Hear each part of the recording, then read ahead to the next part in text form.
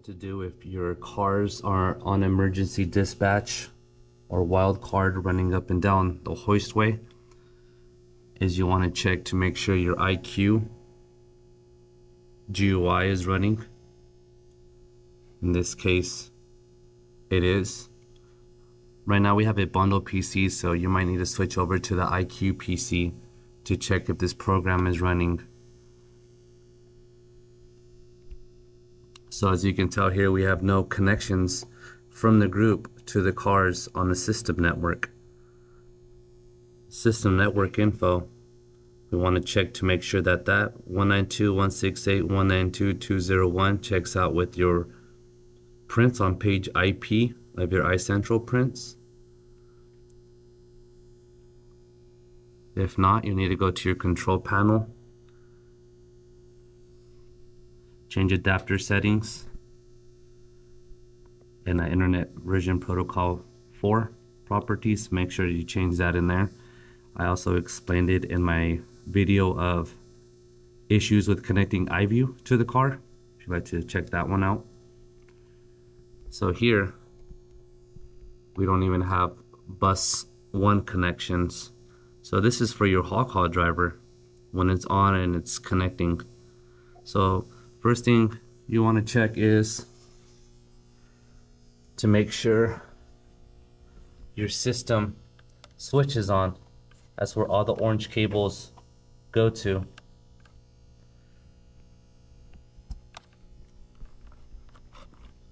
So in this case it's not.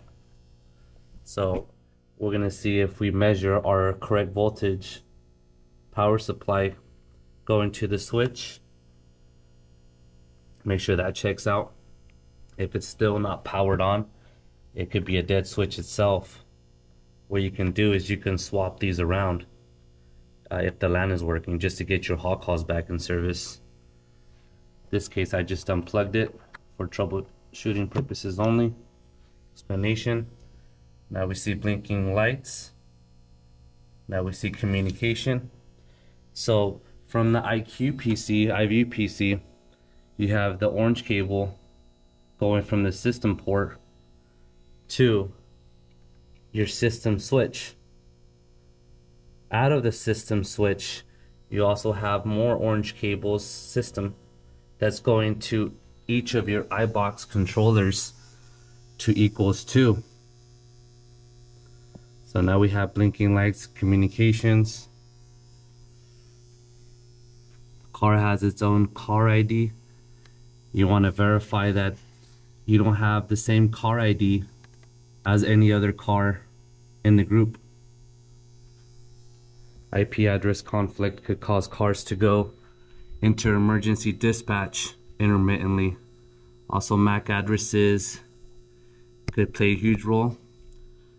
As you can tell here, we have communication now, and we have communication to our hawk haul driver now. You also have a cable from the system switch going to your hawk haul driver. This hawk haul driver would be located at the bottom of your dispatcher as well too. You have an orange cable going there. So if you're still having emergency dispatch and you don't get 24 volts DC going to your hawk haul node boards, something you want to check there. You also want to check to make sure you get your correct 120 volts AC there, your 2 bus. So if you're having bus error there, this HCE board has its own IP address. You could look on your prints on page IP or PI, and it'll show you the IP address of your HCE board. Depends on the switches. You also want to, if you have more hawk haul drivers, you also want to make sure that you don't have identical switches as well too. So just like I mentioned before, I'll go through it here again. If you're getting bus errors, you're getting your correct voltage inside, but you're not getting your voltage out, it's because you're getting that bus error. So we're gonna try to ping to this HCE board. So here's a more detailed explanation about those HCE boards that's located for your hall call driver. So here's our newer ones. Here's where you'll see the bus error light on. Here's your dip switches. So for these new HCE boards, you can change the IP address with the dip switches. So for dip switches 5 and 6 off, it'll be 192.168.192.211. So if you have another hall call driver, most likely for cross registration, or if you have another riser, inconspicuous riser that's in the group as well, that's so you have 0 for 5, 1 for 6. That'll change the IP address to 192.168.192.212. Those are for the new ones. We have our old ones, older models, that will have 3 yellow jumpers on them. You gotta make sure all those are off. There's no way to change the IP address on here with dip switches. So if you're getting a bus failure on this board, check your fuse. Check the orange cable that's going from this DG board, HCE board, to the system switch as well. If all checks out and you're still getting a bus error, then most likely you're just gonna need to get a new HCE board as well, to our most recent one, which is the HCE 2.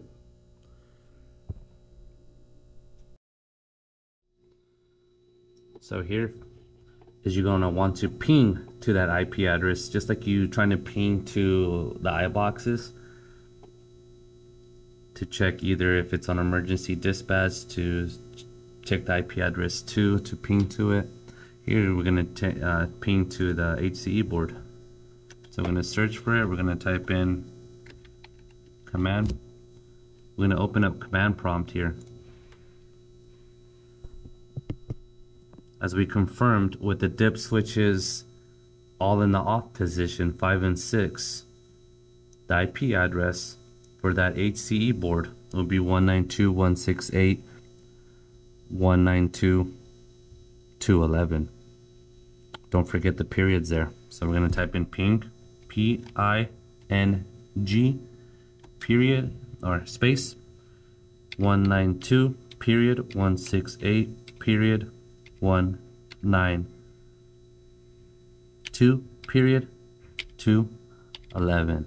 And press enter. That's good communication there. We don't have no error statistics at the end or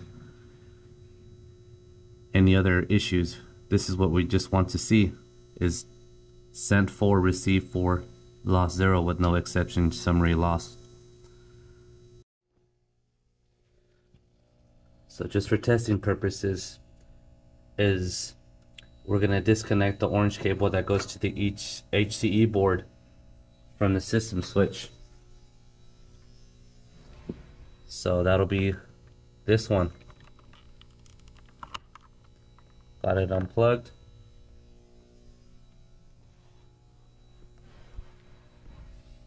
We see we no longer have any of the blinking communication lights. And we're getting the bus error light on now. Cars will go on emergency dispatch most likely, and you won't read 24 volts DC out of your hall call driver, the output. So now we want to see what a bad message looks like. P-I-N-G space 192 period 168 period 192 period 211. Enter.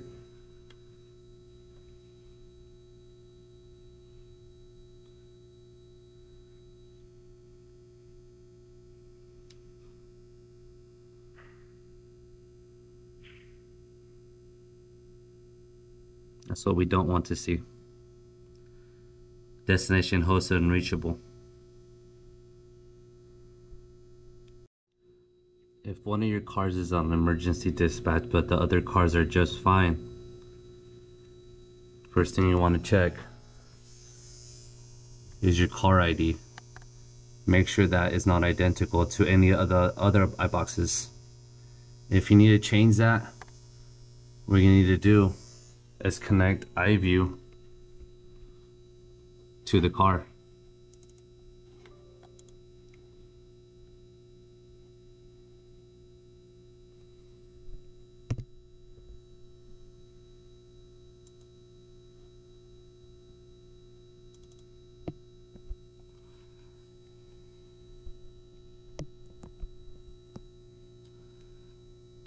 We're gonna obtain our right privilege, hit acquire. We're gonna go and press 1 on the iBox. We have right privilege granted now. We're gonna go to view, configuration, general. Here's where you can change the car identifier to what it's supposed to be. Click send and press OK. And then after you change the car ID, make sure the car's on inspection, and you're gonna want to press computer resets after, and make sure that car ID has changed after the computer reset.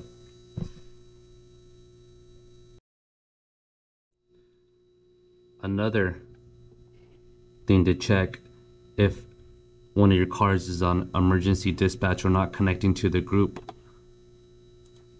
Open up your command prompt. You're going to want to get the IP address of the system network, which is equals to the orange cable that goes into equals to. So we're going to go into car, we're going to go into network setup, we're going to go down to IP address 2, press enter. We're going to grab that IP address.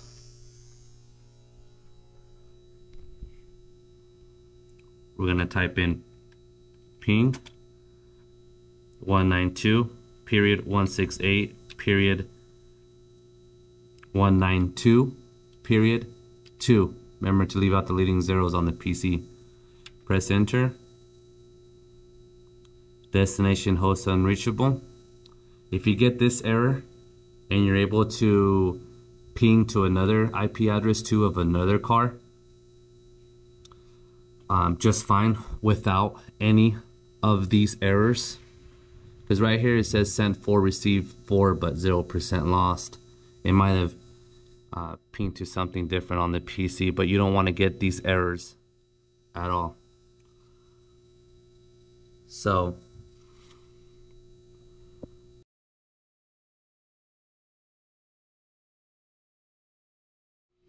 if you're able to ping to another car IP address just fine. Could be that cable that goes from the system switch to the actual iBox equals to. In this case, I just had it unplugged. You can tell there's no blinking lights. Got communication now.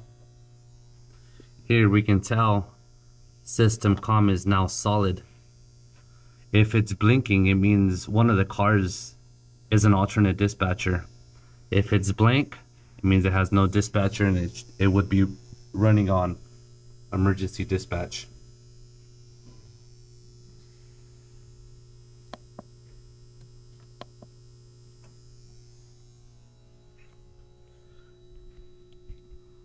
So now that we got that back, we're going to ping to it again.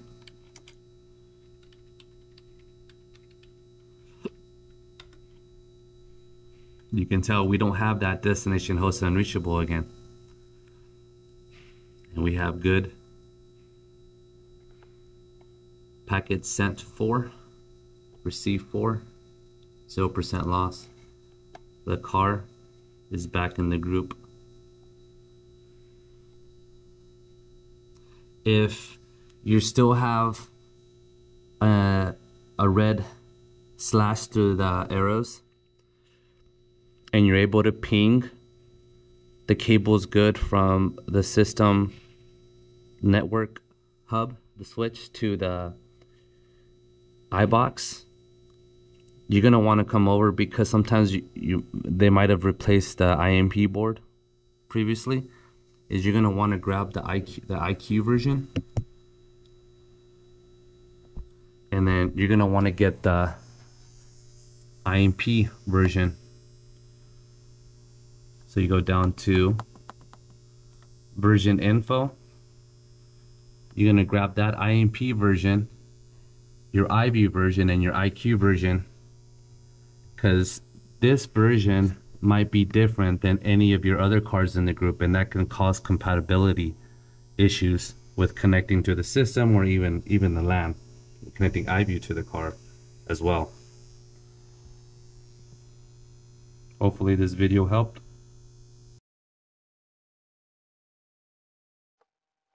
One good way to troubleshoot if your riser is the reason you're not getting any voltage out of your hog haul driver.